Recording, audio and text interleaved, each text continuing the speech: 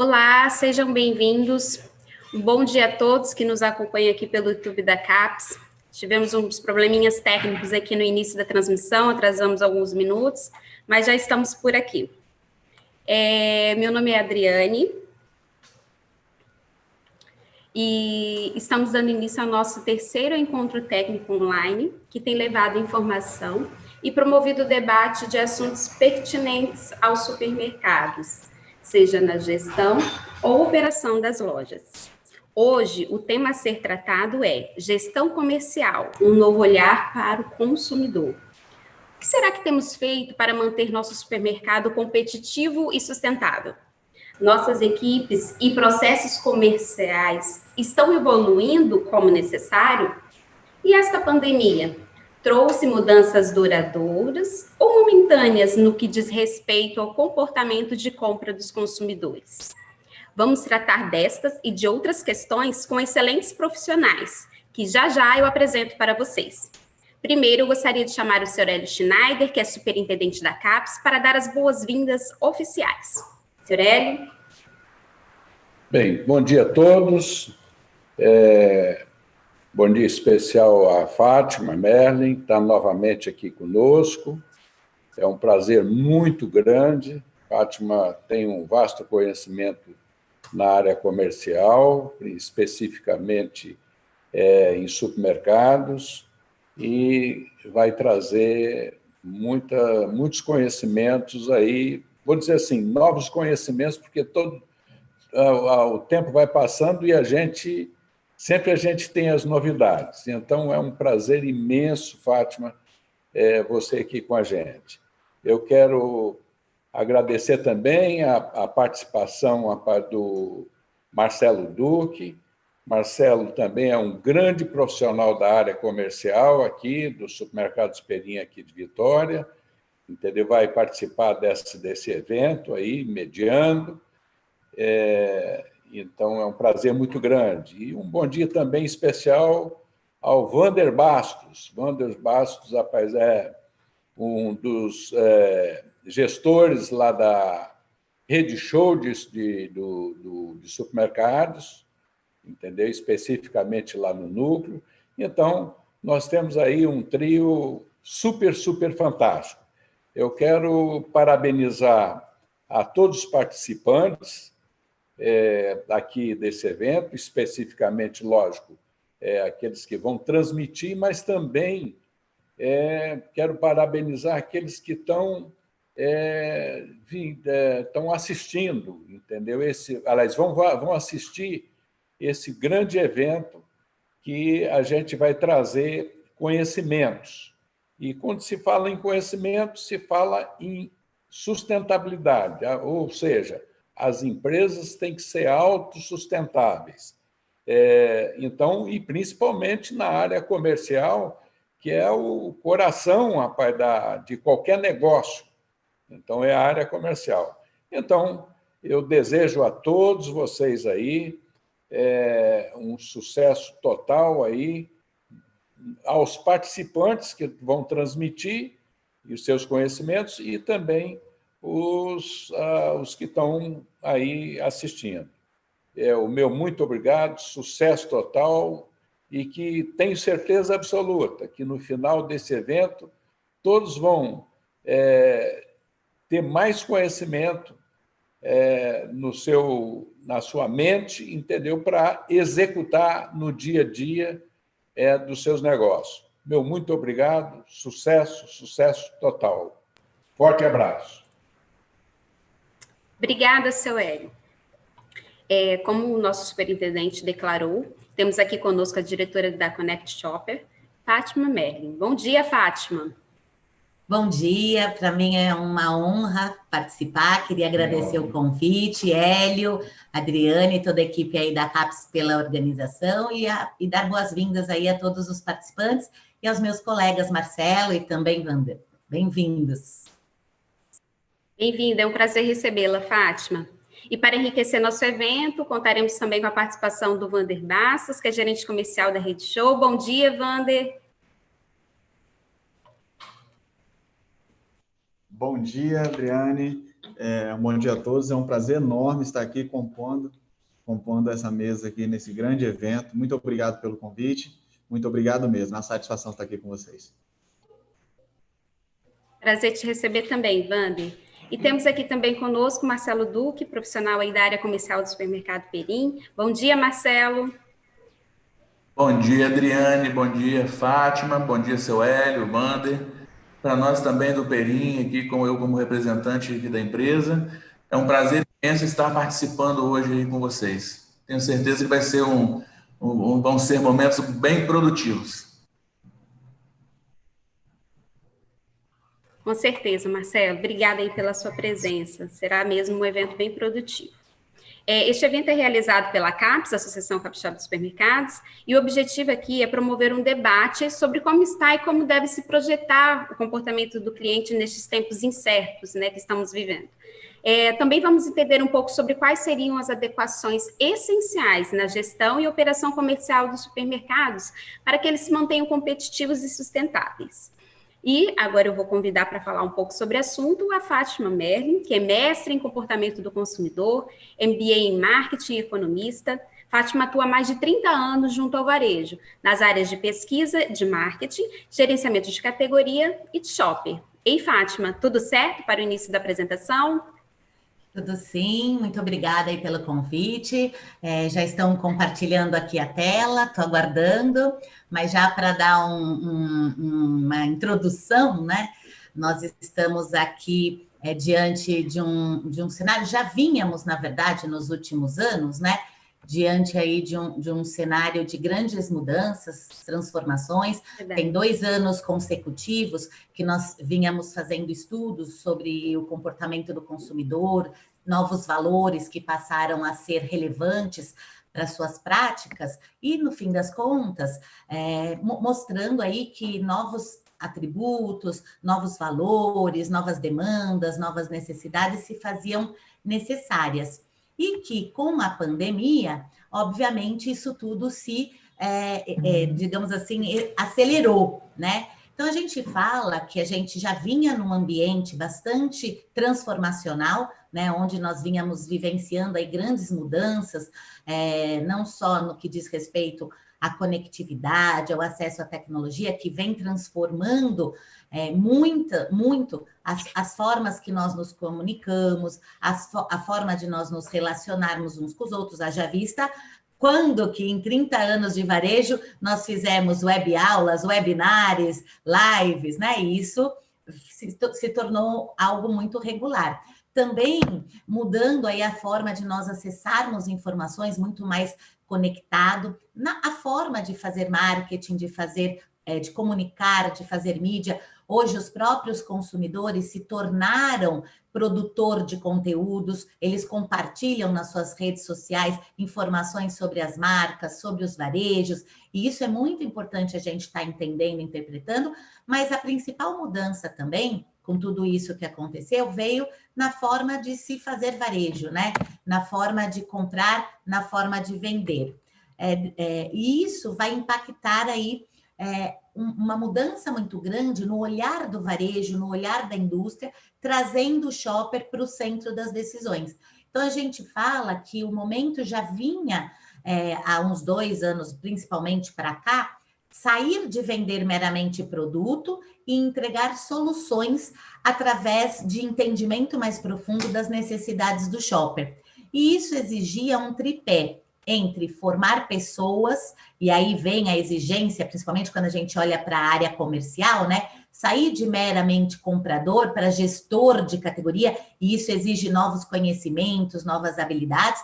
Também processos, é super importante, sobretudo na área comercial, processos e políticas de marca, processos de introdução e exclusão de item, para que a gente possa ter um sortimento saneado, atualizado, e obviamente que as plataformas todas que nós temos que ajuda e agiliza aumenta a produtividade, agiliza processos e tudo mais. E para que a gente possa responder de maneira efetiva para essa demanda, nós precisamos adotar essa visão 360 shopper, lembrando que shoppers são todas aquelas pessoas que têm poder de compra e decisão e que vão e frequentam e interagem na nossa loja, seja loja física, loja virtual. O que é ter essa visão 360 shopper? É, de fato, entender ele a fundo e conectá-lo em todas as áreas, marketing, trade, comercial, operação. Hoje não cabe mais as áreas fragmentadas, é todo mundo com um olhar único e integrado, voltado para atender as necessidades desse shopper. E aí eu brinco, eu convido a todos a entrar na shoppercracia, que é até um dos temas do meu livro, de um dos livros, né? O que é a shoppercracia na prática? A ideia da shoppercracia surgiu como uma brincadeira com a democracia. Na democracia, a gente fala que é o poder do povo, né? O povo que governa o país. Embora, às vezes, a gente usa mal a democracia, né? Nós, muitas vezes, não temos aí um entendimento adequado da política, enfim. E a shoppercracia veio nesse contexto de quanto nós, indústrias, varejistas, agências, colocamos o shopper ou o cliente no centro das nossas decisões. Então, quando eu falo em shoppercracia, seja para desenvolver um produto, seja para comunicação, seja para desenhar um layout de loja, para definir mix, precificar, para fazer ações promocionais, para definir um tipo de canal que eu vou atuar, cada vez mais eu preciso colocar o shopper no centro das decisões. E isso já era muito relevante no passado, esse conhecimento, essa necessidade de conhecer o cliente, e agora é muito mais. Por que muito mais? Porque nós estamos nesse momento de muitas mudanças. E com a Covid, com o confinamento, muita coisa aconteceu. O que veio para ficar, o que não? E a gente está falando de um perfil de consumidor, de shopper, muito mais conectado, muito mais curioso, muito mais racional, muito mais seletivo, ávidos por novas experiências e que passam a ter novos valores. Esses shoppers adotaram nos últimos anos valores como inclusão, diversidade, experiência, praticidade, conveniência, como prática regular para tomar a decisão de onde ir e o que comprar. E com a pandemia, novos atributos também passaram a ser relevantes e que isso vai implicar nas decisões de mix também, nas decisões de layout, que a gente vai falar daqui a pouquinho. Ele, então, se tornou muito mais multiplataformas, ele está super conectado, né? Desde mídias tradicionais até mídias mais modernas. Ele também é multimarcas e um detalhe, com a questão do Covid, do confinamento, ele passou a valorizar muito mais aquelas marcas que, de fato, têm contribuído de maneira relevante para o bem comum. Então, hoje a gente tem novas práticas da questão do coletivo, do feito por todos para todos, de contribuir com a sociedade que eu estou inserida, de o quanto que o meu produto é relevante e o quanto que ele não causa danos ao ambiente, à economia, o quanto ele é acessível, marcas que vêm atuando de maneira positiva para contribuir com essa evolução, com a crise que vai acontecer aí para o segundo semestre, pensando em desemprego, pensando em queda de renda. Não sei se vocês acompanharam, mas recente saiu um vídeo, está bombando até no YouTube, onde você tem lá a Coca em parceria com a Ambev, em parceria com a Antártica, também a Heineken com a Ambev, várias marcas, Nestlé com Mondelez, todas se unindo em bem do coletivo para apoiar o bar, o restaurante, o pequeno comerciante, para que isso possa gerar o que a gente fala, sair do capitalismo selvagem para o capitalismo consciente, né? E o shopper também está multicanal. E aí que entra o desafio do varejo. Como ele está muito conectado, ora ele compra na internet, agora com mais intensidade, ora no catálogo, ora no porta a porta, ora na farma, ora no supermercado, frequentando aí, de acordo com as estatísticas do mercado, mais de 7 canais para se abastecer. Como eu, varejista, posso me preparar e atuar para que eu possa ter sustentabilidade, que foi a palavra de ordem aí da Adriane e também do Hélio, né? Como crescer de maneira sustentável até para que esse meu crescimento seja perene. E aí entram vários desafios. Nós estamos falando de novas formas de se fazer varejo, né? Então, tem lá o compre, collect, retire, você tem o RAP, você tem os varejos autônomos, você tem o iFood entregando. Então, torna o ambiente que já era bastante competitivo, complexo, muito mais. E isso vai exigir mudanças aí de maneira significativa. E a primeira e mais relevante é, de fato, o varejo passar a conhecer de maneira mais profunda os seus clientes. Quem são eles, como eles se comportam, os novos valores. E aqui começa algo muito importante. Quando eu falo no momento atual, já de alguns anos para cá, novas escolhas passavam a fazer parte dos atributos relevantes para que o shopper pudesse tomar decisões de onde comprar e o que comprar. Valores que têm a ver com ter consistência e coerência entre a promessa e a entrega. Então, eu prometo ser um varejo X. Como é minha entrega? Eu, de fato, entrego aquilo que eu prometo de maneira consistente? Eu ter relevância enquanto marca? O que eu contribuo, não só para o meu negócio, mas para o bem da comunidade que eu estou inserida? Transparência, responsabilidade social, ética, são valores que de anos para cá vinham já crescendo no rol das decisões, e com a pandemia, com essa questão que foi global, mostrando as nossas fragilidades, mostrando a nossa vulnerabilidade, o quanto nós estamos aí sem muito poder no fato para sobressair a essa questão, o quanto que isso passou a ser relevante. Então, marcas que cumprem os benefícios que prometem, que não oferecem risco à saúde, que têm já práticas de responsabilidade social, econômica, moral, ambiental, excelência em qualidade, custo-benefício, né? São relevantes aí para mais de 60% dos nossos clientes. E as palavras de ordem que eles acreditam das lojas que vão se sustentar e que vão se sobressair para o futuro, tem a ver com essas palavras de ordem. Quanto maior a palavra aqui nesse slide, maior a relevância. Então, notem, propósito. Qual que é a razão de você, varejista, existir? Por que o cliente vai te escolher?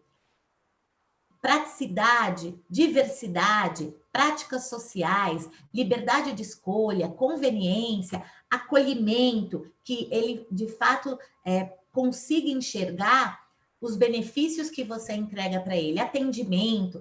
Então, são temas que a gente precisa cada vez mais se destacar e focar.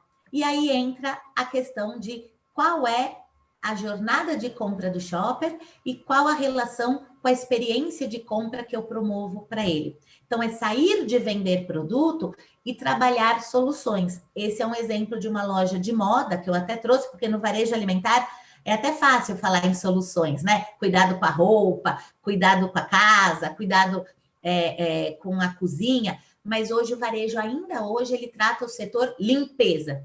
E aí você vai lá, enquanto consumidor, comprar um limpador. Todos os limpadores misturados, de cozinha, banheiro, tira-limo, e aí você fica meia hora para comprar um limpador, que se tivesse segmentado pelo uso, pela funcionalidade, pelo benefício, pela solução, facilitaria demais a vida do shopper.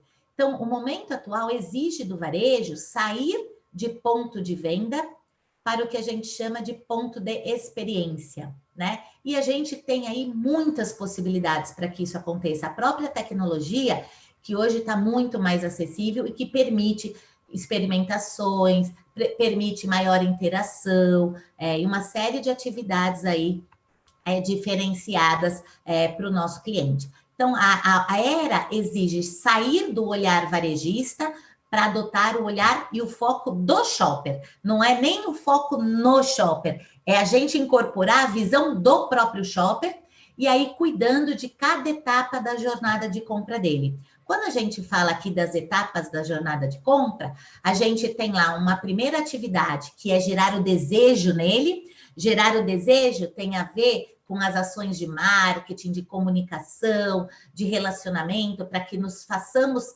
presentes quando ele for tomar uma decisão do canal, da marca, do produto que ele vai comprar. E isso exige conhecer o cliente. Qual é o melhor canal? Será que eu devo fazer tabloide? Será que eu devo fazer outdoor? Será que eu tenho que estar nas redes sociais?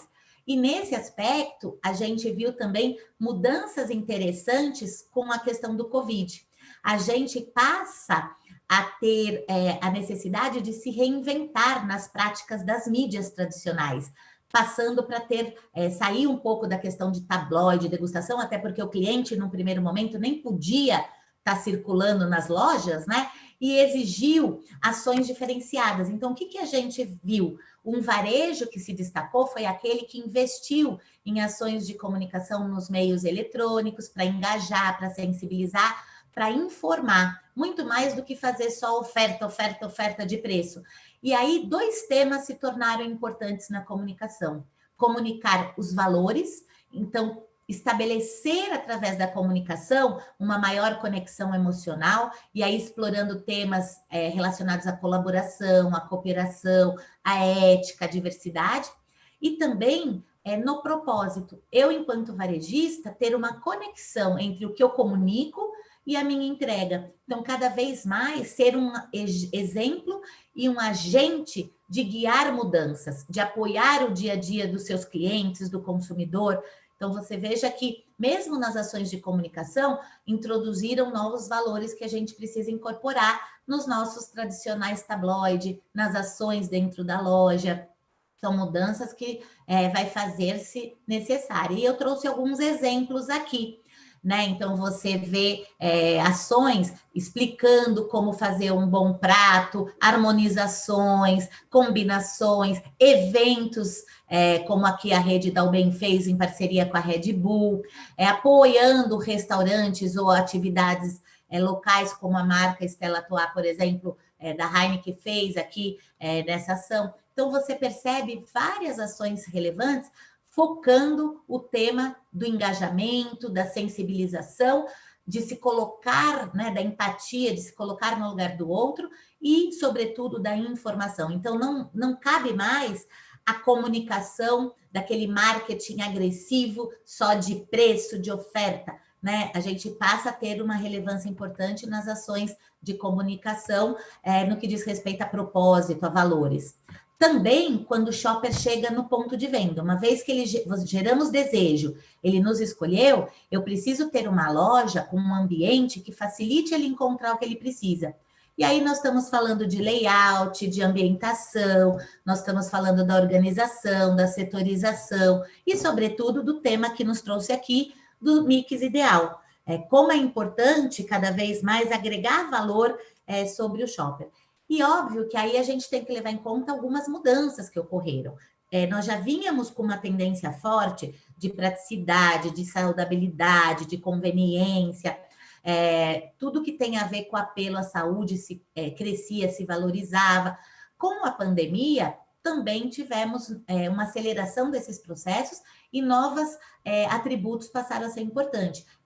Por exemplo, destaques aí para cuidados, para limpeza, atenção aos preços, principalmente agora no segundo semestre, que todos os economistas já afirmaram, né?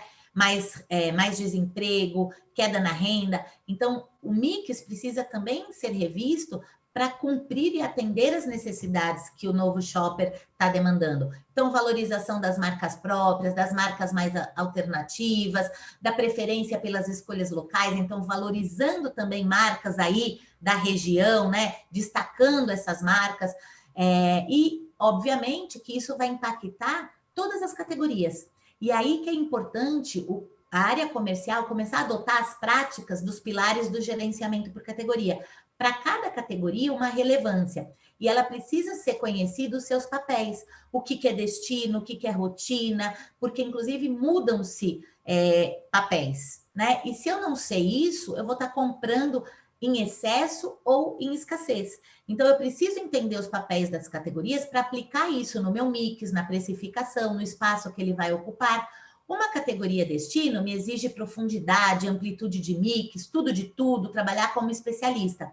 Já uma categoria de conveniência é o jaquê. Eu posso trabalhar uma marca, 2 no máximo, não preciso ter lá 5 marcas, 11 marcas, como eu já vi em alguns varejos que a gente atua. E outro tema super importante também é entender a jornada de compra do shopper para propor para ele soluções adequadas na questão do próprio layout. sair de vender produto e entregar soluções. Então, eu não vou mais ter o setor de limpeza, eu vou ter o setor cuidado com a casa, cuidado com a roupa, cuidado com a cozinha. No cuidado da cozinha, o que vai ter lá? Os detergentes para louça, as esponjas, as lãs de aço, pano multiuso. É solução. Olhar a necessidade do shopper e solução. E aqui eu trouxe o exemplo de um cliente que nós acabamos de fazer essa revisão de layout e eles cresceram 2 dígitos aí em vendas. Por quê? Você facilita o processo de compra e de decisão dos nossos clientes. E aqui eu trouxe um exemplo, né? O que é sair de vender produto para entregar soluções? É pensar na necessidade do shopper, é pensar no momento de uso. Então, onde é o melhor lugar para que eu possa ter, por exemplo, tira-mancha? Criar o cuidado com a roupa, porque daí eu vendo mais. Eu começo com o pré-lavar, depois o lavar e o pós-lavar, tudo no mesmo lugar. E o shopper começa a interagir com mais categorias. E isso incrementa, inclusive, o ticket médio, a rentabilidade e etc e tal. E isso se torna muito importante porque 80% da conversão do cliente está correlacionada com a exposição, o como e onde esse produto está exposto. Então, se de um lado, 60% do nosso resultado enquanto varejo está conectado com o mix, ter o mix ideal é crucial para os nossos resultados. Quando eu digo em relação à conversão do cliente, 80% está correlacionada a uma boa exposição.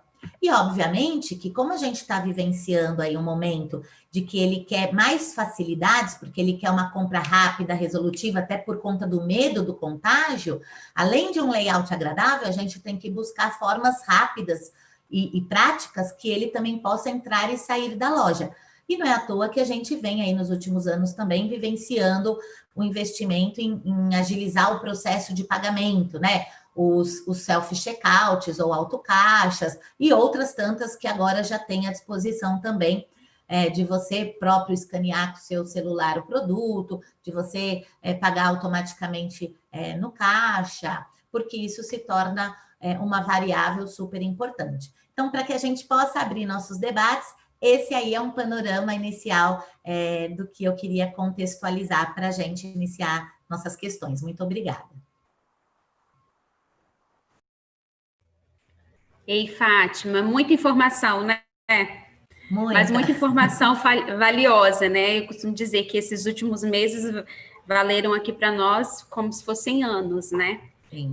A gente teve que evoluir, né? O que não evoluiu nos últimos anos, tivemos que evoluir em alguns meses para acompanhar aí essas mudanças. E agora a gente vai poder conversar um pouquinho sobre o que você apresentou e assim a gente vai trabalhar os pontos mais interessantes que os compradores, os gerentes comerciais, o pessoal de marketing aqui do nosso estado tem demandado aí de dúvidas ou de esclarecimentos mesmo nessas áreas. Eu vou agora convidar os nossos parceiros, né? Wander e Marcelo. Wander, você já me ouve? Tudo certinho? Tudo certinho, Adriane. Então tá. Tudo certinho. E aí, a apresentação, assim, né? É uma bomba de informação, né? Mas, e aí, você tem alguma pergunta para a Fátima? Pode começar, fique à vontade. Sim, tenho sim. Só que antes de fazer a pergunta, eu gostaria de chamar a atenção num ponto que ela colocou, fantástico, o olhar, deixar de ver como ponto de venda e passar a ver como ponto de experiência. Isso muda tudo. Isso muda tudo a partir do momento que a gente coloca isso em prática. Fantástico, tá, Fátima? Parabéns. Fátima, eu tenho uma pergunta, assim. A primeira dela é das principais mudanças detectadas no comportamento dos consumidores nesses últimos meses, né? O que veio para ficar e quais são os pontuais, né? Diz que veio para ficar, quais são essas mudanças pontuais? Você poderia contribuir? Excelente ponto. Na prática, a gente já tinha algumas tendências, né, que já estavam se consolidando de mudanças e que se aceleraram e se fortaleceram com o confinamento. Então, nós estamos falando aí de conectividade, isso já era uma realidade, se fortaleceu, acelerou e isso veio para ficar. Então, essa questão de trabalhar o ponto de venda virtual, físico com online com o físico, já era uma tendência, se fortaleceu e agora é uma realidade, e essas formas de se fazer varejo têm que ser entendida como complementariedade, né? E você precisa definir um papel e uma estratégia muito clara para cada um dos canais e das formas de contato que você vai ter com o seu cliente. Outros temas que também já eram uma realidade e se fortaleceram tem a ver com a praticidade, com a agilidade. O shopper já queria mais conveniência, rapidez na sua tomada de decisão. Isso já vinha exigindo do varejo mudanças, né? Trabalhar, sair de vender produto para solução, sair de ponto de venda para ponto de experiência. E com o confinamento e com o Covid, o risco de contágio, isso se acelerou. Mais ainda agora, mesmo agora voltando à normalidade, abrindo, de certa forma, os varejos, os mercados, como ele vai escolher onde ir? Se ele tiver garantia e confiança naquele estabelecimento, que ele vai lá, ele não vai correr riscos, que vocês, varejistas, vão estar oferecendo para ele a segurança necessária para que ele não tenha riscos de contágio. Então, isso vai exigir mudança de layout, vai exigir equipamentos de segurança, vai exigir equipamentos e cuidados com a limpeza, com a higiene, não só do consumidor, mas dos colaboradores, né? Esses são temas que se fortaleceram aí com a questão do confinamento, do Covid, o risco do contágio, e que vai se manter aí para os próximos meses, sobretudo enquanto a gente não tiver resolvida a questão da vacina e de outras formas de se conter essa pandemia, né? Então, isso é muito importante a gente ficar atento. E, por um outro lado, temas relacionados ao sortimento. Eles passaram a demandar novas categorias com novas relevâncias, né? A questão do álcool gel, que já foi tão falado, a questão das indulgências. Eu tenho clientes, por exemplo, que a gente faz gerenciamento por categoria, ele era o rei da padaria, né? Se vendia milhares de toneladas de pãozinho caseiro por dia, o pão francês. Isso caiu 80%, mas em contrapartida, eles tiveram um crescimento de 200%, 300% no pão congelado, no pão industrializado. Mas e a oferta do pão congelado? Será que o varejo está atuante, buscando fornecedores inovativos, introduzindo de maneira ágil o produto? Então, essas são variáveis da praticidade, da rapidez, da facilidade, que eu queria destacar que já era uma realidade e ela se fortaleceu, e isso a gente tem que olhar de maneira a responder de maneira eficiente para as demandas desse novo cliente, né, para as novas demandas, inclusive, seja em termos de indulgência, de saúde, do fazer em casa, a gourmetização, né? Muita gente tem preparado coisas em casa, haja vista aquela máquina de fazer pão, farinha de trigo, fermento crescendo 2, 3 dígitos, né? Então, a gente tem que estar antenado a todas essas variáveis para que a gente possa responder de maneira efetiva. E isso veio e já era uma tendência, se fortaleceu. Então, é importante a gente entender essas novas necessidades para poder responder de maneira efetiva. E novas que surgiram, que tem a ver com a questão da limpeza, da segurança, da questão do medo, né? Do medo do contágio ainda, que a gente vai ter que propor ações efetivas para que o shopper nos escolha. E aí vem uma palavra à tona que ela estava meio que negligenciada nos últimos tempos, que tem a ver com a questão de estabelecer uma relação de confiança, varejo, consumidor e fabricante, né? Então, a gente tem que reforçar esses temas também do cuidado, do acolhimento, das práticas necessárias sanitárias. Isso é um tema que veio e que vai percorrer nosso dia a dia enquanto varejo, até que a vacina chegue e outros processos possam ser incorporados. Obrigado. Tem mais, só complementando, Fátima, que sugestões, né, além dessas que você, né, muito bem colocou, que sugestões você poderia dar para a área comercial, a nossa área, a área de operação também, para atuar junto a esse novo shopper, uma vez que novos valores surgiram, né, para as suas escolhas? Olha, a primeira coisa, até em linhas gerais, a gente precisa conhecer, né, esse cliente mais a fundo, o que ele quer, o que ele está mudando, para que a gente possa responder de maneira mais direcionada. Eu costumo brincar, eu falo, olha, vamos supor que o varejo adora fazer ações de degustação, né, super positivo, o consumidor gosta, Mas se você tem uma shopper apressada, que não quer perder tempo, quer entrar e sair rapidamente, uma ação de degustação, um promotor que vai explicar os benefícios do produto, para essa shopper pode ser uma barreira para conversão. Então, o primeiro passo, seja para a área de operação ou para a área de compras comercial, precisamos conhecer o cliente. E hoje, o que não faltam são ferramentas, mecanismos e metodologias até super acessíveis para que a gente possa conhecê-lo, né? Das mais tradicionais, pesquisas, enfim, até ferramentas de CRM, uma série de questões. Uma vez conhecendo o cliente, eu vou poder direcionar melhor minhas ações. Então, olhando as tendências de mercado, eu vou poder atualizar o meu mix. O que passa a ser relevante, a quantidade que eu tenho que ter de cada marca e categoria nas diferentes categorias, de acordo com os diferentes papéis. Então, lembra que eu comentei? Se uma categoria é destino, ela exige profundidade de mix, variedade de marcas, sabores, versões.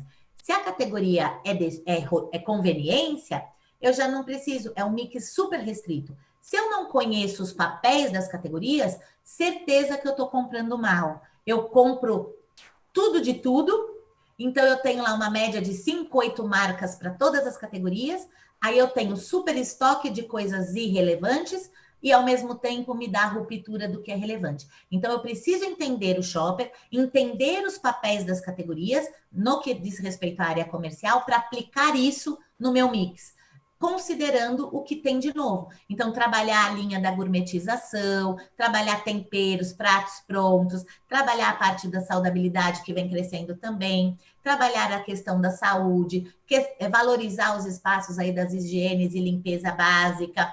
Então, a gente tem que ficar antenado aí com as tendências para poder também estar aplicando no nosso mix. E para a parte de operações, tem a ver com o que a gente falou, cada vez mais facilitar o processo de compra e de decisão do shopping. Então, é sair daquela visão tradicional do varejista, setor de limpeza, setor do bazar, setor de não sei o quê, para trabalhar soluções para esse consumidor. E aí, sair do ponto de venda para ponto de experiência. Então, eu entro na sua loja, aqui está o mundo café da manhã, matinais, aqui está a solução cuidado com a roupa, cuidado, limpeza do banheiro, aqui está a solução que eu posso fazer um jantar especial. Cada vez mais a gente está caminhando para essa ideia de layoutização. Ótimo. Respondido, Wander? Super respondido. Obrigado, Fátima. Obrigada a você, adorei as perguntas.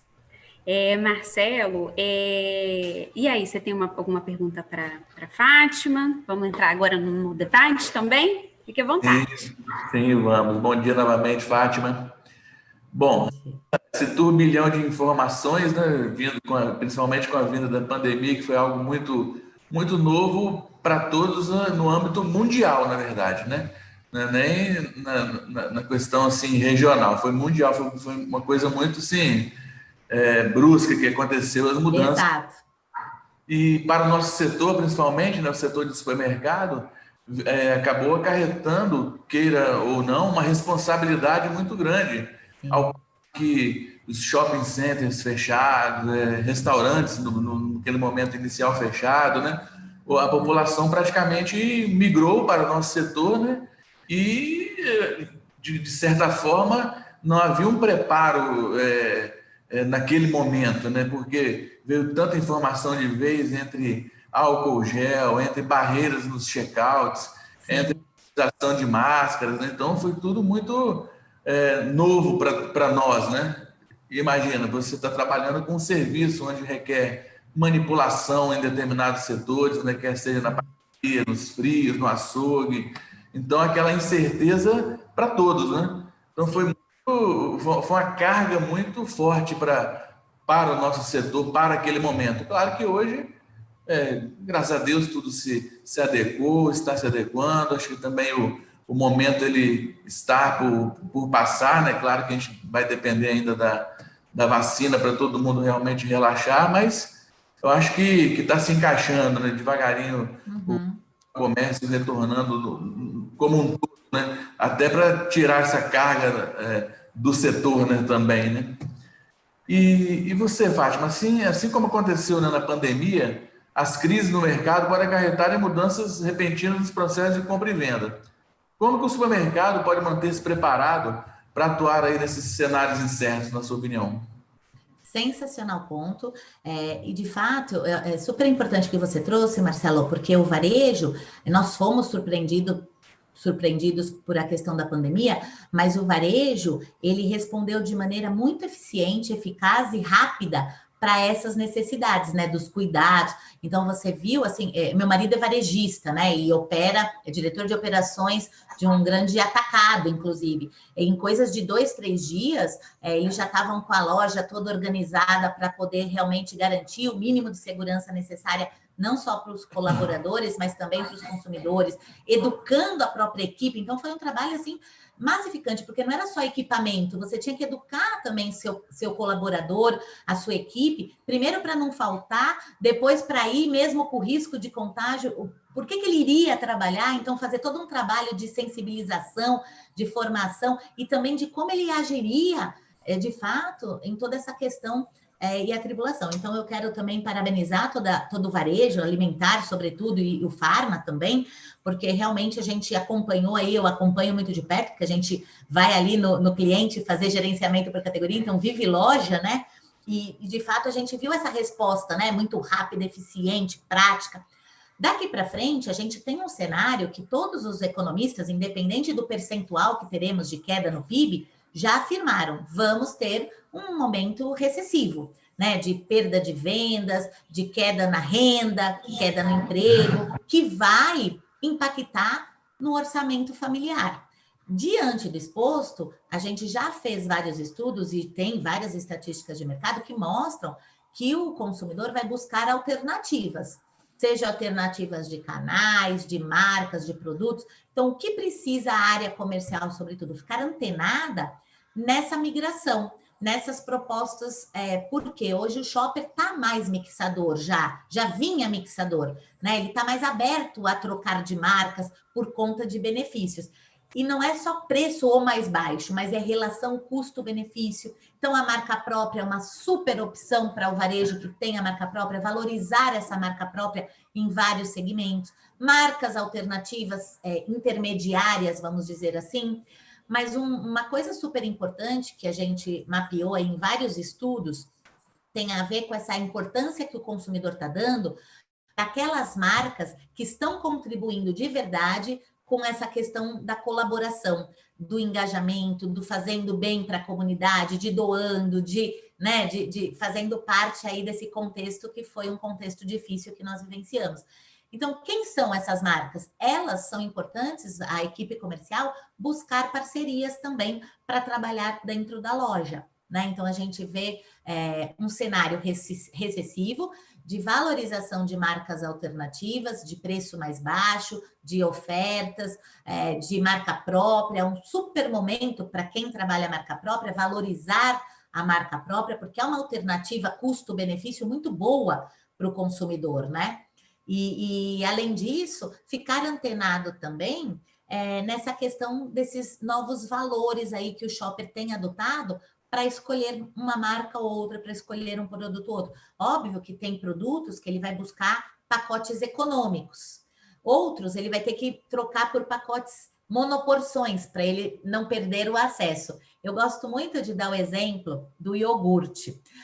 Desde a época do Plano Real, o iogurte era uma categoria que a gente brincava que era uma das que mais mixava na cesta do cliente. Aí na loja de vocês devia acontecer isso também. Tinha uma conjuntura positiva, entra iogurte regular. A conjuntura piora, sai o iogurte da cesta do shopper. Então, ele alternava muito entre tenho renda, não tenho renda. E aí, com o tempo, o Plano Real veio, depois veio a Era Lula, aquela coisa toda, ele se tornou uma categoria mais presente continuadamente na cesta do brasileiro. Mas por 10 anos, por década, ele alternava entre entra e sai. E a gente está falando de um ambiente agora para o segundo semestre conjunturalmente complicado.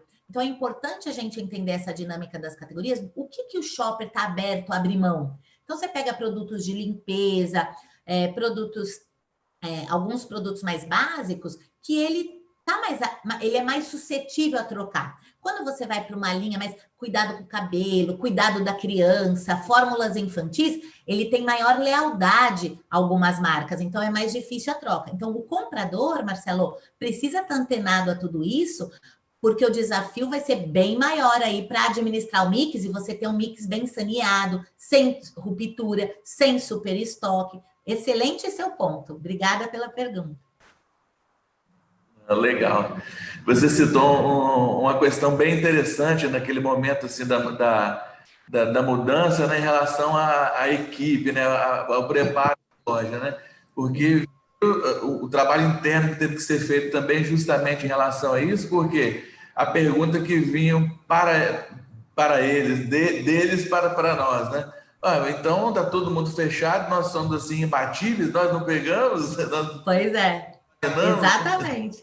Exatamente. Você sabe que a gente mapeou aí alguns clientes e até varejos, enfim, o nível de absenteísmo foi baixo até. Num primeiro momento alto, depois foi baixo, porque eles realmente se comprometeram com essa causa, mas teve um investimento altíssimo, né? De engajar, de sensibilizar, de formar. Com certeza. Né? Muito bom. Parabéns para vocês aí, varejistas. Bacana. E quais as competências necessárias aos gestores e equipes comerciais da atualidade? Você acha que é necessário uma quebra de paradigmas? Olha, eu diria, até quando eu vou fazer gerenciamento por categoria, né, que passa por esse pilar de definição, revisão de mix, eu dou muita risada, porque às vezes é o diretor comercial que me contrata, e quando eu vou lá dizer, olha, isso pode excluir, ele, Fátima, porque tem aquele amor ainda, né, com o produto, com a marca que ele compra, e uma série de coisas. Então, tem uma barreira muito grande, realmente cultural. E hoje a gente realmente exige novas habilidades, novas atitudes do gestor comercial. Eu brinco, falo, sai daquele comprador, tirador de pedido para gestor de categoria. O que precisa para ser gestor de categoria? Eu preciso aprofundar as minhas habilidades, os meus conhecimentos no comportamento do consumidor e shopper, nas tendências de mercado e trazer isso para dentro do meu negócio, o que faz sentido ou não adotar, né? Eu preciso entender, além disso, eu preciso ter práticas ali da questão analítica. Poxa, eu sou péssimo em análise, mas eu sou um ótimo negociador. Tá bom, eu vou buscar um assistente que me ajude neste crivo analítico, começar a introduzir informações para tomada de decisão, deixar de ter aquela decisão só, poxa, eu já estou há 40 anos no mercado, eu sei, eu sempre trabalhei essa categoria. Hoje é tudo mutável, né? E comportamento humano não é uma ciência exata. Então, se eu não estou acompanhando tudo isso, eu vou perder espaço para a nova geração que está chegando aí. Então, os compradores, eles precisam ser transformados em gestores comerciais. E isso exige o quê? Crivos mais analíticos, introduzir informações na tomada de decisão, ter um conhecimento mais profundo do shopper, da categoria, até para saber abordar melhor a própria indústria e saber questionar a própria indústria, né? Então, eu diria isso. Legal, obrigado aí, Fátima. Muito bom. Acho que as mudanças ocorrem em todas as esferas, né? Seja do profissional lá na operação, na loja, do repositor, até o encarregado, até o gerente, principalmente lá em cima, né? Essa mudança ela tem que ser estrutural, né? Sim. Muito bom. Wander, vamos dar sequência aqui. Acho que você tem um assunto para iniciar aí com a Fátima, para ela esclarecer um pouquinho melhor. Pode fazer sua pergunta. Tenho sim. Ô Fátima, muito se fala no meio comercial, no nosso meio comercial, em gerenciamento de categoria. Ao mesmo ponto que muito se fala, muito se tem dúvida também, né? O que realmente viria a ser um gerenciamento de categoria? Então, posto isso, eu gostaria que você nos ajudasse, né, a compreender na prática o que é realmente gerenciamento de categorias e como podemos aplicar no nosso dia a dia. Né? E, se possível, posterior, qual a relevância desse processo no cenário atual? Gostaria que você contribuísse com você. Sensacional essa questão, porque existem muitos mitos e inverdades sobre o gerenciamento por categoria. Primeiro, muitos varejistas, inclusive, nos chamam para ajudá-los a implantar esse processo, como se fosse fazer planograma, e como se fosse um projeto. Então, o primeiro ponto importante, quando a gente fala em gestão por categoria, ou gerenciamento por categoria, ele precisa ser entendido como um processo a ser incorporado nas estratégias da empresa e que em todos os pilares ele vai trazer mudanças.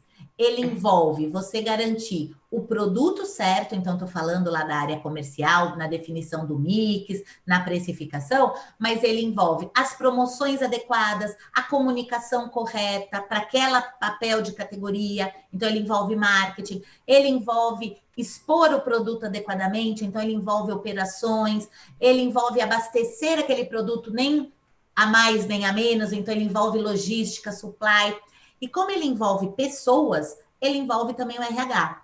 Quando a gente estrutura um processo de gerenciamento por categoria nas empresas, tudo passa por formar pessoas, introduzir processos. A atividade da categoria em si, ela é 10, 20% de todo o processo de GC. O mais desafiador, como o Marcelo bem trouxe, é formar as pessoas para que elas possam adotar o gerenciamento por categoria na sua rotina diária. Então, eu, enquanto comprador, quando eu vou comprar, eu já tenho os pilares do GC embutido na minha negociação. Eu vou olhar papel da categoria, se ela é destino, rotina, conveniência. Eu vou olhar a estratégia da categoria. Vou dar um exemplo, tá? Recente, a gente foi fazer gerenciamento por categoria de desodorante. E o comprador participando com a gente definiu incrementar a margem da categoria. Legal. Então, eu vou olhar o mix, era uma categoria de rotina, eu tenho que ter marcas relevantes, um nível de cobertura de 70%, 80%, mas eu quero ganhar margem. Então, eu vou olhar para introduzir ou para manter, principalmente aqueles itens que me dá maior rentabilidade. Este eu vou valorizar, vou destacar no ponto de venda, vou incorporar mais segmentações, se fosse necessário. No meio da jornada, ele recebeu uma proposta, eu brinco, eu falo, é o canto da sereia, de uma determinada indústria. Olha, se você introduzir esse produto, eu te dou essa verba é maravilhosa. E o que foi que ele fez? Caiu no canto da sereia, né? Introduziu. Só que esse item que ele introduziu, esses segmentos, essa marca, era a mais baixa margem da categoria. A margem média estava na casa de 28, esses itens na casa de 22. Quando a gente implantou a categoria, de repente, a primeira semana, a gente começa a estudar os indicadores, a margem caiu. Eu falei, gente, alguma coisa está errada, porque a gente fez tudo tão bonitinho. Fomos para a loja. Quando a gente chega na loja, display para todo lado daquela marca com péssima margem. Chamamos o comprador, ele, mas veja bem, né? Então, aí vem com aquele então, né? Então, eu tive uma verba. Aí a gente fez a conta para ele, porque também a gente precisa fazer conta, né? O quanto ele perdeu em uma semana de vendas numa loja piloto por conta dessa introdução, porque o que aconteceu? Com as ações promocionais, toda a migração daquelas marcas mais premium, elitizada, migrou para esse produto em promoção. Então, ele perdeu X mil, que era quase 50% maior do que a verba que aquela indústria tinha dado para ele. Em uma semana. Pensa que se a gente não tivesse visto em um mês, ou se replicasse isso para outras lojas, ele tem lá 30, 40 lojas, né? Então, olha como é importante o gerenciamento por categoria está incorporado não como projeto, mas na sua rotina diária, seja do comercial, seja do supply, porque daí ele vai medir quanto que eu preciso mandar de fato para aquela loja deste item, né? Ele vai calibrar os parâmetros lá de abastecimento, o precificar vai precificar de maneira adequada, né? Quantas vezes eu vou no varejo, uma lata de 800 gramas, ela é mais cara do que duas de 400 de Toddy, por exemplo. Por que o cliente vai comprar uma lata de Toddy 800 gramas mais cara do que ele pagaria em duas de 400? Não faz sentido. Erro de análise, né? Por isso que é importante o GC nas práticas como um todo. Então, ele é um processo que visa maximizar resultados, tendo o cliente no centro das decisões. Então, na hora que eu vou introduzir um produto, na hora que eu vou fazer um layout, ou na hora que eu vou fazer uma promoção, na hora que eu vou fazer uma segmentação, primeiro que prevalece a necessidade do cliente, né? Muito bom. Eu vou só fazer um comentário, porque você tocou num assunto que foi até ponto de uma pergunta aqui no nosso chat.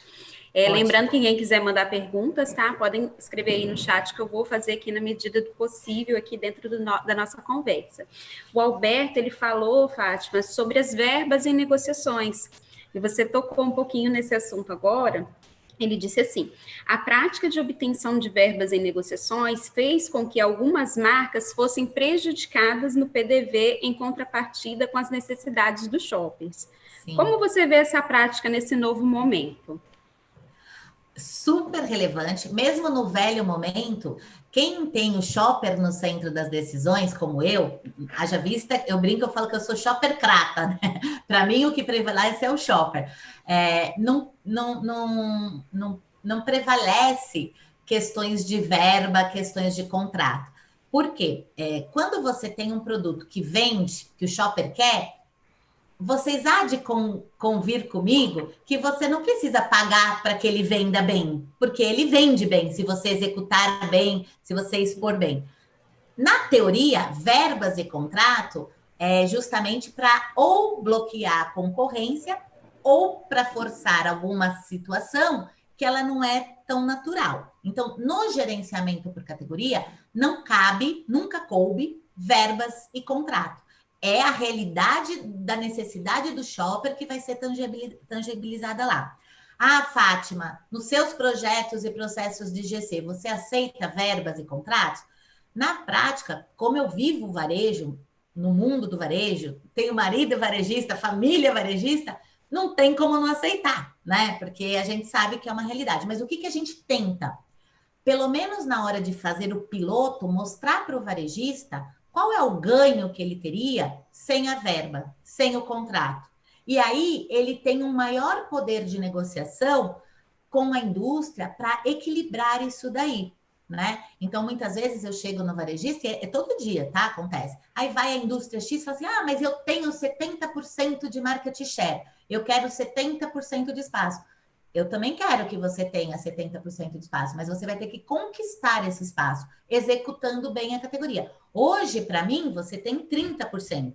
Então, você vai ocupar esse espaço, você vai fazendo um trabalho bacana de ativação, de etc., para você ir conquistando espaço. Eu tenho um cliente, que já é cliente meu há 8, 10 anos, enfim, que eles adotaram uma política que é conquiste o seu share, né? Pela prática do fair share, que a gente chama, que é o share justo, a participação justa. Você vai ter espaço aqui comigo de acordo com o que você vale de fato na ótica do shopper. Você quer crescer? Vamos crescer junto, legal. Mas não cabe ao GC, na prática, na teoria, verbas e contrato. Porque, na teoria, por trás da verba e do contrato, tem sempre uma história mal contada, mas é uma realidade que acontece, né? Todo varejo, e a prática é regular, né? Todo varejo tem, e isso é um impacto grande, muitas vezes, no resultado. Só que a gente pode ter, só que a gente tem que ter consciência dessa verba, o quanto ela é relevante de fato, o quanto ela agrega valor para mim. Senão vai acontecer igual aconteceu com o meu cliente de desodorante. Na teoria, ele aceitou uma verba que não condizia com o resultado. Ele estava perdendo dinheiro, na verdade, né? E deixando o shopper insatisfeito. Wander, você quer complementar sobre esse ponto do gerenciamento de categoria? Quero sim. Fátima, ainda falando, dando sequência aí sobre gerenciamento de categoria. Sim. Se a gente pudesse dividir, vamos dividir aqui o nosso segmento em 3. Varejistas grandes, médios e pequenos. Sabemos que podíamos dividir aqui muito mais do que 3, hiper, né? Sim. Mas vamos dividir aqui em 3 para ficar mais claro. Mas o foco agora desse complemento é para o pequeno varejista, né? Sim. Então, a pergunta que eu te faço, em seu ponto de vista, o gerenciamento de categoria ainda é visto pelo pequeno varejista como algo distante da sua realidade e de difícil implantação em seu negócio? E dependendo do que você me falar, como mudar esse conceito, né? Olha, felizmente tem mudado bastante, até porque a nossa empresa mesmo, ela é muito mais focada em pequeno e médio varejo do que grande varejo. Porque o grande varejo, quando a gente fala em GC, ele pressupõe uma parceria com a indústria e com o varejo para desenvolver uma categoria. Quando você vai para o médio, pequeno e pequeno varejo, às vezes ele nem é atendido pela grande indústria, ele é através de distribuidor. Então, o que a gente tem feito aqui na empresa que eu trabalho, na Connect? A gente tem buscado formar e desenvolver tanto o próprio pequeno varejista, através de programas de mentoria e etc., para essa prática, e também os distribuidores. Então, a gente tem feito muitas ações, até junto às associações como a CAPES, a APAS, onde a gente tem cursos e todo o programa, mas também de maneira direta, a gente tem muito programa de mentoria para pequeno varejo. Nesse ano, por exemplo, eu estou com uns 10, 15 clientes varejistas de 2 lojas, de 3 lojas, de 5 lojas. Porque a gente forma a equipe dele e ele, que às vezes, muitas vezes, é ele sozinho. A gente já está até com um varejista no interior de São Paulo, que ele tem uma loja. E ele está adotando essa política, porque ele vê o quanto ele ganha por reduzir estoque, por melhorar a margem, por precificar melhor, por estabelecer o mix adequado, né? Então, o GC tinha uma lenda de que ele era para grande por conta dessa relação indústria e varejo, mas já tem muitos anos, mais de 10, que ele começou a ganhar força no pequeno, até através e movido por um varejista pequeno, que é o Geraldo Aniceto, que ele é dono do supermercado do Rio de Janeiro, que ele falou, poxa, eu quero aplicar essa metodologia. E ele fez sozinho, ele foi buscar formação e etc, e ele aplicou. A loja inteira dele tem 10, 15 anos, ela é 100% gerenciamento por categoria. Qual é o nome dele, Fátima? Ele chama Geraldo Aniceto. Ele já veio aqui para a CAPES num evento, ele trouxe o case dele, fantástico, fantástico. Encantou muita gente aqui. E ele fez quando ninguém falava de GC, de shopper. Depois disso, ele buscou parceria com a gente para a gente poder agregar mais conhecimento no layout dele, mas ele mesmo fez. Então, assim, não tem restrições, nem por tipo de varejo, nem por tamanho. O que você precisa é criar esse movimento. Começa com um movimento de formação da equipe, depois vem de formação dos processos, e aí você pode, dentro do programa, por exemplo, de mentoria, eleger uma ou outra categoria para você ir executando passo a passo na prática. Então, você vai tendo todo esse conhecimento teórico e consegue aplicando na prática até para vocês vivenciarem essa experiência. Mas não tem restrições, nem do grande, nem do pequeno, nem do médio. Obrigado. Vamos lá.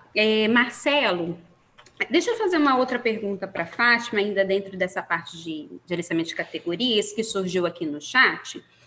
A Raíza, ela está perguntando, você falou na sua apresentação sobre categoria minimalista. Ela ficou com dúvidas sobre o que se refere, se você puder esclarecer.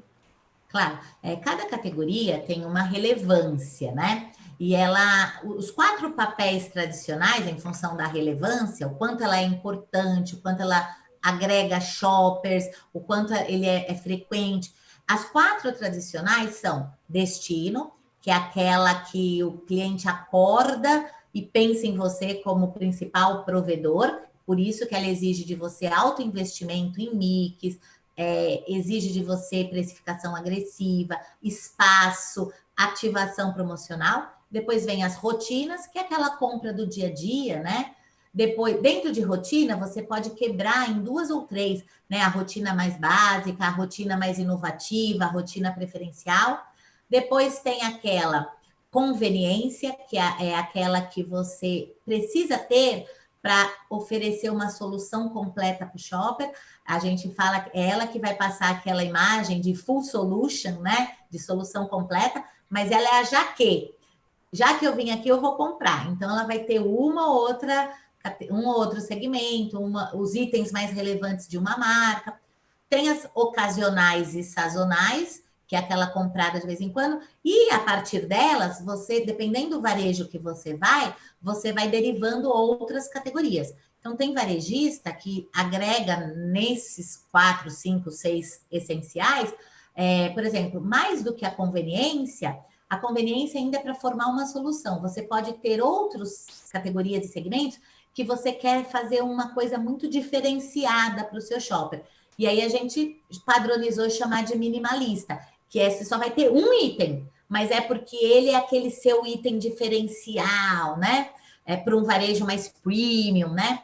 E aí vai. Então, dependendo da relevância, você pode criar papéis alternativos aí de categoria. Subcategorizar, né? Exatamente. Boa! A Adriane já pode receber o selinho lá, ó. Né? Gestora de categoria. Mas é um estudo, né, Fátima? Esse é um estudo e Sim. Acho que vale a pena, né? O empresário investir, estudar um pouco essa área, né? Do gerenciamento de categoria. É tão sério isso que você está falando, Adriane, que a gente acabou de fazer uma rede no Nordeste. Só para você ter noção, na média geral, a gente excluiu quase 40% dos itens dele. De tão superestimado que estava, né? Eu fiquei até meio com medo, para ser sincera. Normalmente você fala em 15, 20, 25, lá 40. A gente até queria fazer em 2 ondas, né? Vamos eliminar primeiro 20, mais crítico, daí a gente faz um tratamento e espera. Não. Se é para ir, vamos com a cara e com a coragem.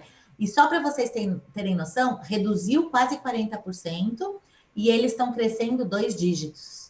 Para você ver como, às vezes, o excesso prejudica, né? Não é tirar só por tirar e nem colocar só por colocar. Tem números envolvidos, né? Exatamente. E justamente para rentabilizar, né, o negócio. Exato. Para tornar a vida também do shopper mais prática, mais resolutiva. Aí ele compra com mais prazer, aí ele enxerga os produtos que tem lá, né? Legal.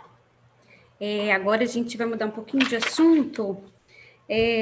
Mas continuando também, né, nesse mesmo roteiro aí. Marcelo, fique à vontade para conversar um pouquinho, fazer sua pergunta para a Fátima. Claro. Agora, o assunto anterior é bem polêmico, né? Que na mesma intensidade que nós, assim, entendemos a necessidade desse gerenciamento, as indústrias vêm com um turbilhão de lançamentos, né? Exatamente. Que ela está preocupada com o cheque, com a participação, com a visibilidade da gôndola. Então, é uma guerra constante, na verdade. Até, Marcelo, sobre esse ponto, a gente sempre tinha essa questão com a equipe comercial, né? Você fala, poxa, Fátima, a gente fica muito refém, né, da indústria. Pensa, a Nielsen acabou de divulgar um estudo que fala quase 15 mil novos SKUs em um ano sendo lançado, né? O que eu introduzo que não? Depois eu até posso compartilhar com a Adriane. A gente criou uma planilhinha, é uma planilha bem simples, qualitativa, nem tem cunho científico, mas que ajuda o comprador a refletir, até junto com o próprio fornecedor, se vale a pena ou não introduzir. Então, a gente criou alguns atributos que são atributos super importantes para atração e conversão do cliente, do shopper. E ele tem que dar uma nota de 0 a 5 naqueles atributos. Então, por exemplo, é tendência de mercado? Não é? Você vai fazer investimento em mídia massiva? Não vai? Vai investir em trade? Esse item agrega valor? Né? E ele preenche. Se não somar 20, significa que já é similar. E aí você fala, olha, até queria te introduzir, mas dentro do escopo aqui, volta para casa e faz sua lição de casa, fornecedor, porque não dá para te introduzir. E isso parece brincadeira, Marcelo, mas tem dado bastante resultado. Eu tenho um cliente hoje, você pega, por exemplo, o Lopes, o Enxuto, a Rede Nordeste, o Super Nosso, eles introduziram essa planilha na ficha de cadastro, no sistema. Você só consegue mandar para cadastro se você somou pelo menos o ponto mínimo necessário, que é passível de introdução. Porque esse ponto é muito polêmico mesmo que você trouxe. Toda hora, né? E todo mundo diz que é o melhor produto do mundo. Né? E assim como as verbas, né? Eu brinco muito que eles fingem que pagam e a gente finge que recebe, né? Adorei. Vamos dar continuidade aqui. O mundo de faz de conta, né? Adorei. Mundo de faz de conta.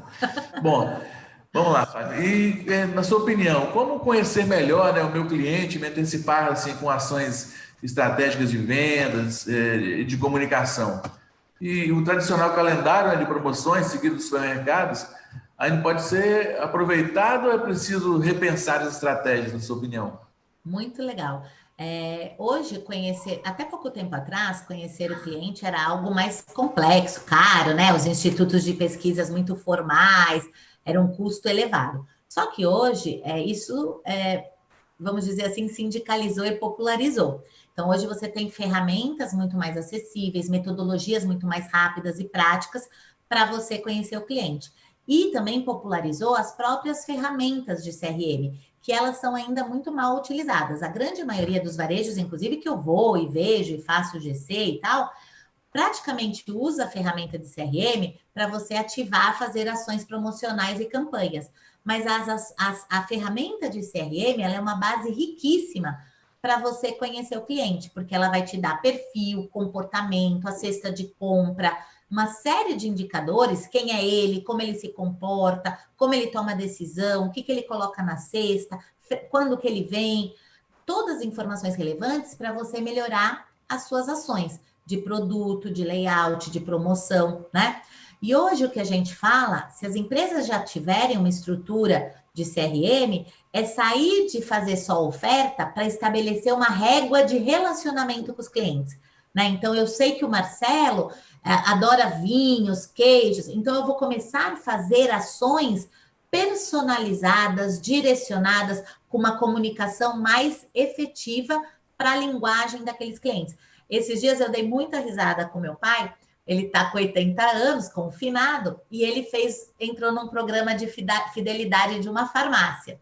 Aí eu cheguei lá na casa dele, ele sabe que eu trabalho com isso, aí ele veio me contar, dando risada, ele falou, pô, esse programa de fidelidade não vale nada, eu recebi aqui um monte de produto, de oferta, mas ó, shampoo para cabelo, eu sou careca, fralda, eu sou... Tudo bem que eu já estou na fase da fralda geriátrica, mas fralda para bebê eu não vou usar, não tem bebê em casa. Então, quer dizer, eu preciso criar um processo, não basta ter a ferramenta somente, eu preciso ter inteligência por trás. E, de novo, envolve pessoas, envolve processos. E aí, então, além dessas ferramentas para se conhecer cliente, as metodologias tradicionais de pesquisa, o varejo tem uma riqueza muito grande nas mãos, que é o próprio cupom, né? Você emite cupom lá a cada segundo. O que entra nesse cupom? O que combina com o quê? Qual é a presença de cada item, cada categoria, cada segmento no cupom? Quando você começa a traduzir esses indicadores, você vê coisas relevantes que você pode comunicar, que você pode agregar, que você pode desenvolver. Vou dar um exemplo, né? Esse tempo atrás, a gente foi num cliente e 90% da base dele de cliente, do cupom emitido com produtos de limpeza, compravam detergente em pó. 90% compravam detergente em pó. Mas só 20% compravam amaciante. Aí você fala, olha como está destoada a proporção entre amaciante 20% e detergente em pó 90%. Alguma coisa está errada. Porque por mais que a gente use muito mais detergente em pó que amaciante, a relação é de 1 para 1,5, 1 para 2, não 1 para 4, quase 4 vezes mais.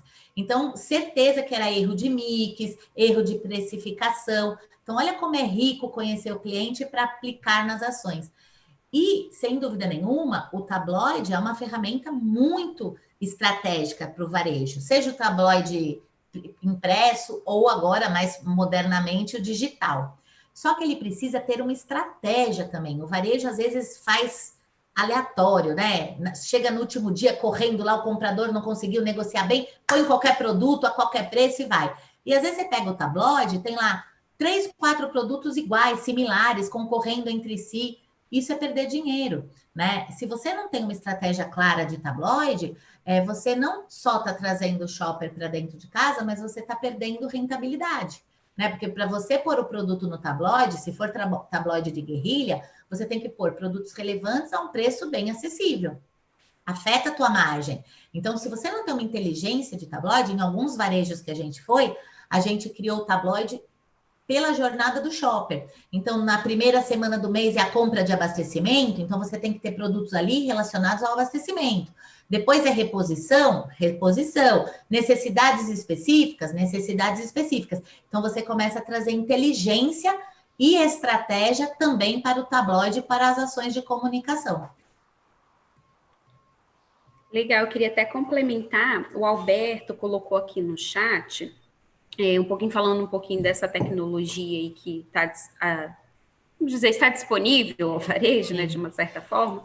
Ele perguntou sobre o uso da inteligência artificial como ferramenta de apoio e impulsionamento no varejo supermercadista. Para algumas pessoas isso ainda é uma realidade distante, né?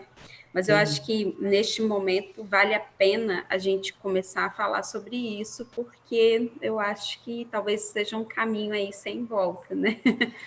E a gente acha a inteligência artificial coisa do outro mundo, né? Mas no Exato. nosso dia a dia, quando a gente está lá nas redes sociais, quando a gente acessa questões do Google, quando a gente vai lá no Netflix e acessa nosso programa, quando a gente tem lá um Spotify, tem muita coisa de inteligência artificial por trás dessas indicações, né?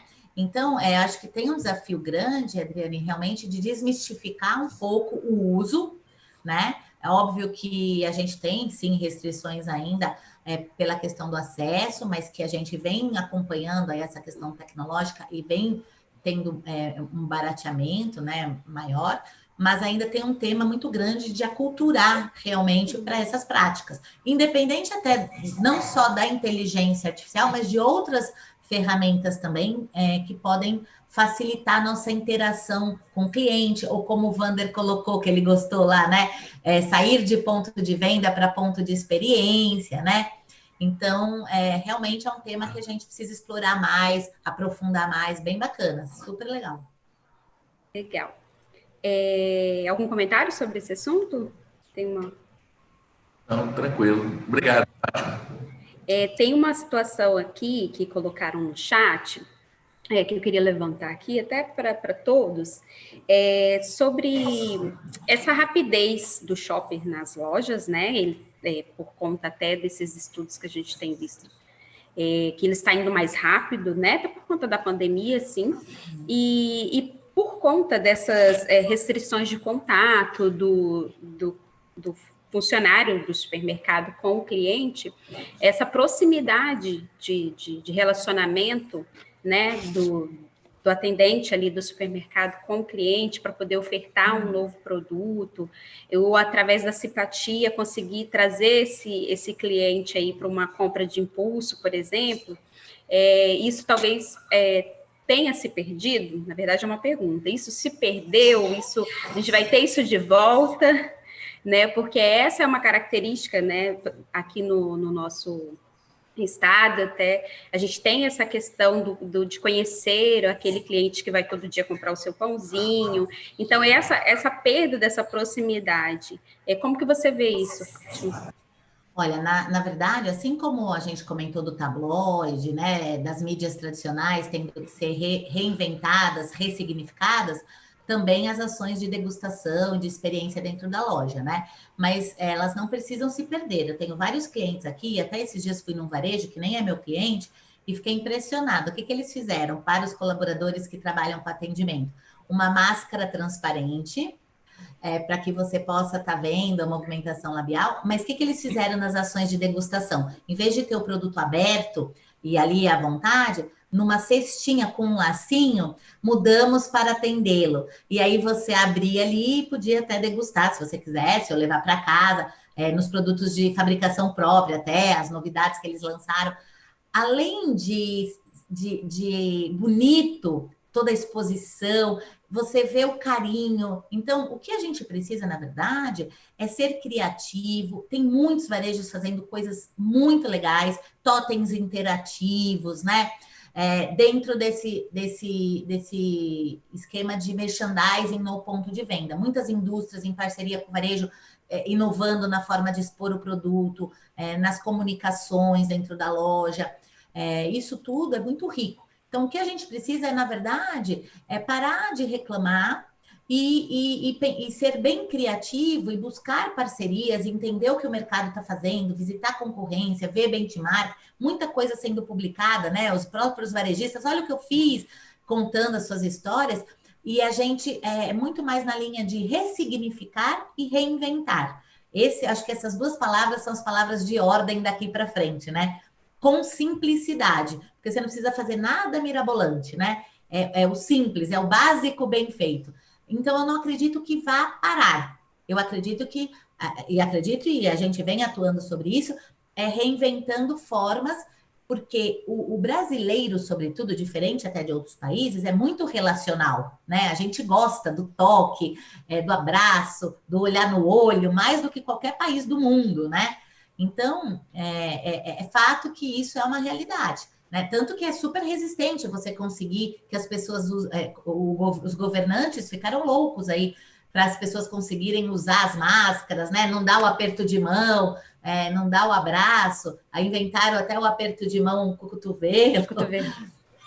Então, e o brasileiro é criativo, né? Então a gente precisa abrir aí a mente, a criatividade e explorar novos horizontes aí, mas não acredito que isso vá acabar, pelo contrário.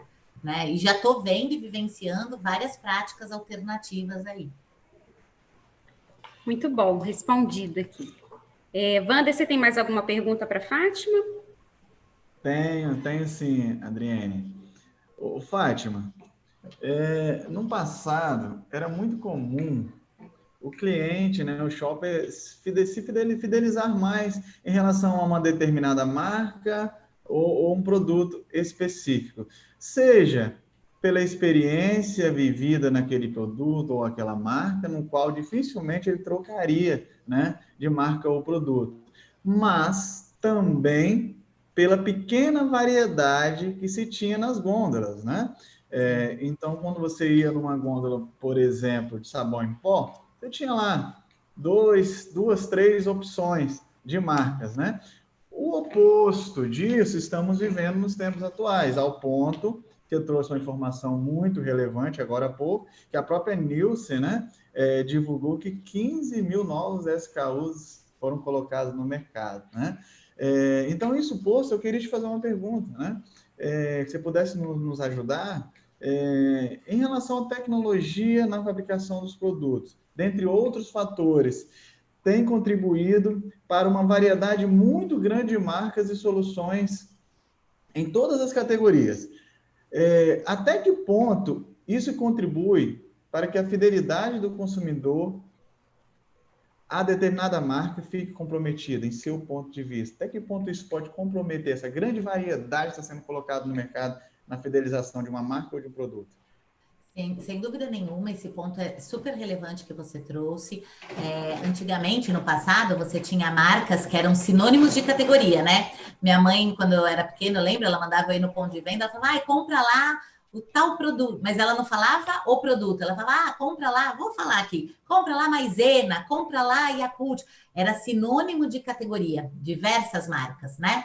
Só que hoje a gente vive num mundo de muito mais opções, como você bem colocou. Pensa que na média anual aí 10, 15 mil itens sendo lançado todo ano, né? É uma infinidade de variáveis. E, de fato, a tecnologia permitiu, as marcas se comodotizaram, vamos dizer assim, né? No passado, você tinha uma marca super diferenciada, com benefício super diferenciado ao shopper, e a gente até chamava, numa época, as talibãs, né? Que queriam imitar, mas não tinham uma entrega positiva. Hoje, não. As marcas, mesmo as marcas intermediárias e até marcas mais simples, mais baratas, têm uma qualidade bacana, porque a tecnologia facilitou isso. Então, a gente brinca e fala, o mercado está mais comodotizado. É fato, né? Você já não vê tanta diferença entre a marca A e a marca B. O shopper também não vê. E ele, por outro lado, está mais flexível e também mais mixador. De acordo com estatísticas de mercado, hoje mais de 1/3 dos consumidores dos shoppers são os que a gente chama de mixadores, experimentadores. Eles estão abertos às novidades, à inovação. A própria marca própria, crescendo no mercado, também abriu para marcas alternativas, né? Um espaço grande e tudo mais. Para o lado do varejo, isso é muito bom, porque você não fica mais tão preso e tão suscetível a determinados fabricantes. Você tem muito mais flexibilidade. O que você precisa enquanto varejo? Entender essa dinâmica e ver o que você pode explorar nas diferentes categorias. Porque, como eu disse, olhando pela ótica do shopper, tem categorias que ele é mais e menos, eu não falo nem fiel, né? Eu falo leal. Quando eu entrei para o mercado de pesquisa de comportamento do consumidor, há 30 anos atrás, só para vocês terem uma ideia, 80% do volume de algumas marcas eram de exclusivos daquela marca. O que é isso? 80% do volume, vamos pegar lá, sei lá, de Coca-Cola, eram de pessoas que só compravam Coca-Cola, nada mais. Hoje, esses percentuais de exclusividade acabaram. É 10, 15. Por quê? Porque, tudo bem, eu compro a marca A, mas eu de vez em quando a B, a C, até pelas segmentações, pelos diferenciais, por outras variáveis que passaram a fazer parte do contexto da cesta do shopper, né? Então, de fato, está mais mixador, ele mixa canais, ele mixa marcas, mixa categorias, e essa é uma realidade. Cabe ao varejo entender mais a fundo essa dinâmica e por isso reforça até, Wander, a importância de você conhecer o seu cliente, porque ele pode ser diferente do meu. E se você trabalhar bem o seu mix, ele pode maximizar o gasto dentro de você e não ir buscar outras coisas fora. Então, aí vem um desafio ainda maior para o varejo para garantir o sortimento ideal. O sortimento, não sei, eu já até comentei, mas 60% do resultado de um varejista está atrelado ao mix ideal. Se você nem fizer nada bem, mas garantir para o seu cliente o mix ideal, você já está garantindo 60% do resultado. E em função dessa mixidade, você precisa entender o que é relevante de fato para esse cliente, para você propor alternativas para ele também, né? Então, é super importante esse tema que você trouxe. Obrigado. Agora, só um comentário. Para os fabricantes, isso é bem complexo. Por quê? Porque eles estão perdendo espaço, eles estão perdendo share, eles estão perdendo relevância. Então, aí entra o que o Marcelo tinha comentado, né? Muitas indústrias estão inovando para poder se manter o seu espaço ali ocupado. Então, lança novos sabores, segmentos, entram em novas categorias, ou até mais. Compram empresas que já existiam e estavam mais consolidadas, né? Então, a gente está vendo também todo esse movimento, porque, de fato, elas estão perdendo participação.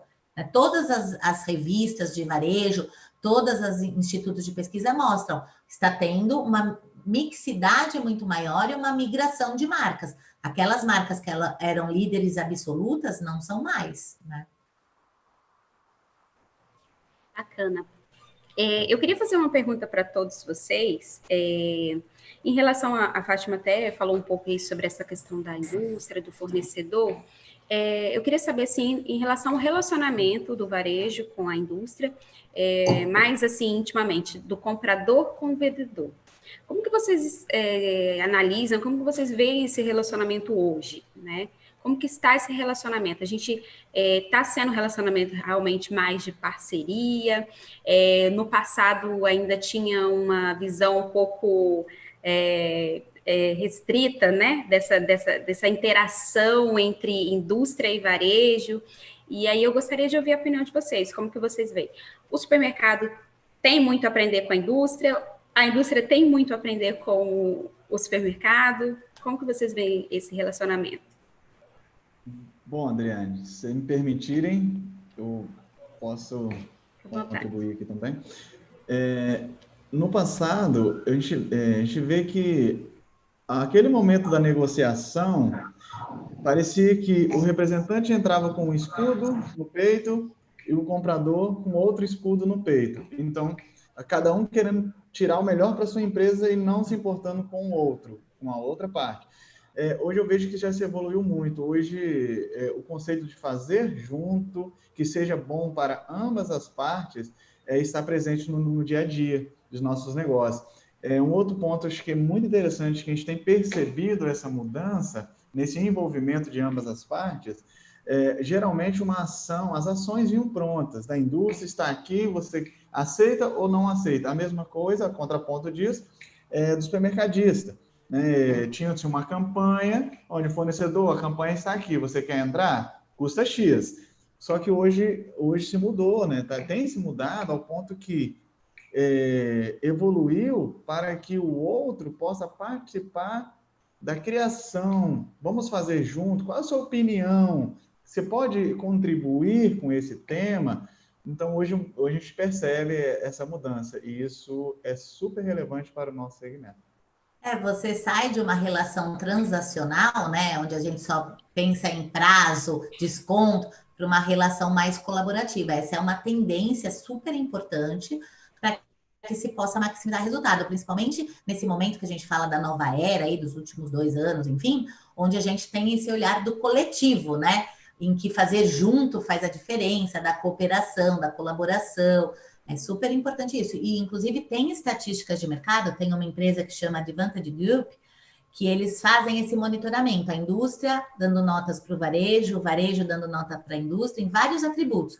Ainda no Brasil, a gente tem uma avaliação mediana, né, uma nota intermediária, mas que já evoluiu muito aí dentro do que o Wander mesmo bem colocou. Bom, Adriana. Bom, vamos lá. Na minha visão em relação à pergunta da Adriane, né, a colocação dela em relação à relação do comprador-vendedor, né, e do aprendizado. O aprendizado, eu acho que ele é constante, ele é sempre tanto para nossas vidas, né, pessoais, né, como na parte comercial também. E um tem que aprender, na verdade, ao negócio do outro, né? A como se adequar no negócio do outro, né? Só que nós, assim, estamos na posição, muitas vezes, do comprador, digamos assim, do negociador, do gestor, mas também somos consumidores, queira ou não, no nosso dia a dia, né? Então, você tem que se colocar na posição do outro.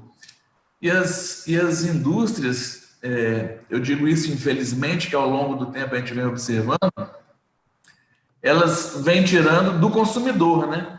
O que era 100 gramas virou 80 gramas, o que era 400 virou 380, onde tinham 10 tiras de fralda, tem 8, e assim sucessivamente, né? Então, assim, a pergunta que a gente faz até mesmo para nós mesmos, né? Poxa, será que isso aí é parceria? Será que é ser parceiro, né? Porque eles, pelo menos o grande, né, player, o grande fornecedor, ele simplesmente hoje, falando um pouco até de Espírito Santo, não sei se é um descaso, né, com o Estado, ou eu não sei se é isso ou não, se realmente a grande falta de produto, né, que está tendo hoje dentro do abastecimento nosso, se eles estão preocupados, hoje eles estão migrando do atendimento direto para broker e assim sucessivamente. Então, será que eles estão efetivamente preocupados assim, com o varejo como um todo? Que nós, né, somos reféns muitas vezes desse processo e buscamos, né, fazer o nosso melhor, mas para isso a gente precisa desse apoio, lógico, da indústria, do parceiro, né? E cada qual e crescendo dentro do processo, né, do que é bom para ambos, né? Não para um lado somente, né? Claro que somos reféns, mas a luta ela é constante, né, em relação a isso daí. É verdade, muito bem colocado, Marcelo, aí essa questão das grandes indústrias, né? A gente às vezes tem pequeno varejo, principalmente, uma certa dificuldade, né? Desse acesso aí, dessa parceria, dessa colaboração. Muito bem colocado. Espero que a nossa live seja vista aí por muitas pessoas. Inclusive, esse vídeo vai ficar aqui gravado, tá, gente? Assim como as outras lives aqui no nosso canal do YouTube.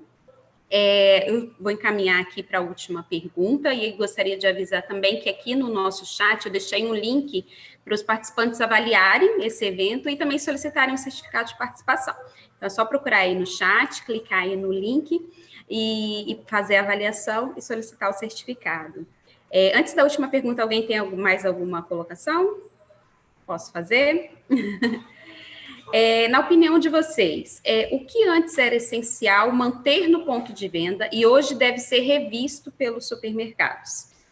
E o que se tornou essencial para pequenos, médios e grandes varejos no processo de atração e fidelização do cliente?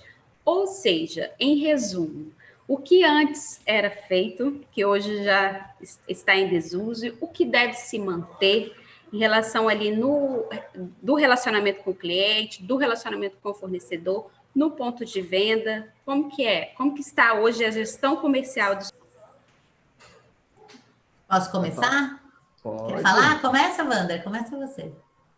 Não, eu ser bem breve aqui, acho que o que tem se perdido um pouco ali, aí eu vou voltar lá atrás, Fátima, na questão da experiência, né? Hoje, por exemplo, acho que faz, ou teria que fazer uma grande diferença, a questão do atendimento, né? Vou voltar lá no atendimento. Hoje nós temos repositores, né? São aqueles profissionais responsáveis por manter as gôndolas abastecidas. Só que a gente acredita que deveria ser muito mais, né? Algumas redes já trabalham bem isso, né? Ele deveria não só ser um repositor, mas ser um repositor vendedor, no qual ele tivesse realmente ali um relacionamento maior e melhor com o cliente, porque é ele que está ali, muitas vezes, é o que mais tem contato, né? Além do operador de caixa lá no checkout, é o repositor. Ele tem que estar preparado para tirar dúvida, ele tem que estar instruindo o cliente qual é a usabilidade daquele produto. Então, eu acho que esse ponto bem feito, Adriane, né? Ele faria grande diferença hoje, porque no passado ele já fez grande diferença.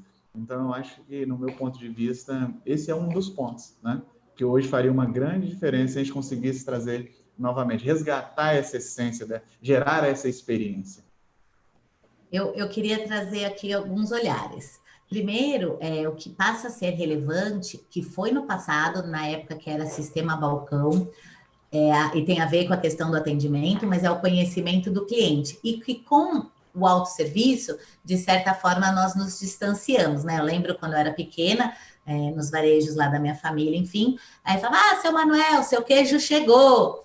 Viramos autosserviço, trouxe muita produtividade, crescimento, inovação ao setor, mas seu Manuel se perdeu ali, não conhecemos muito mais. Então, trazer de volta essa questão do conhecimento do cliente, cada vez mais, isso não é de agora, óbvio que com a pandemia, com o confinamento, com o risco de contágio, isso se exacerbou, mas a gente já vem há anos aí, de uns 5, 6 anos para cá, falando sobre uma jornada muito mais rápida, prática, resolutiva, porque a gente não quer perder tempo, nós, inclusive, né?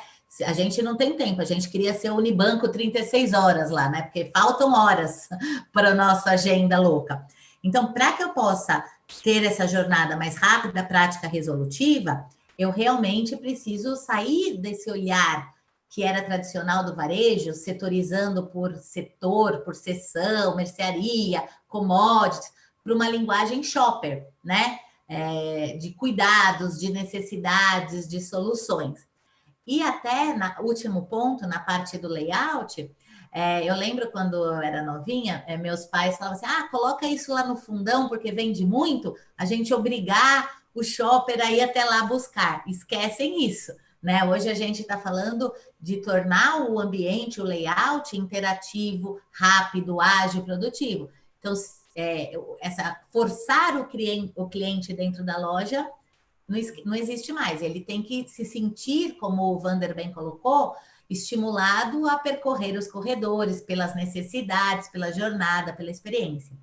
E o último ponto que eu concordo com o Wander é o grande desafio do varejo de formar as pessoas. Por quê? Eles querem muito investir em reter cliente.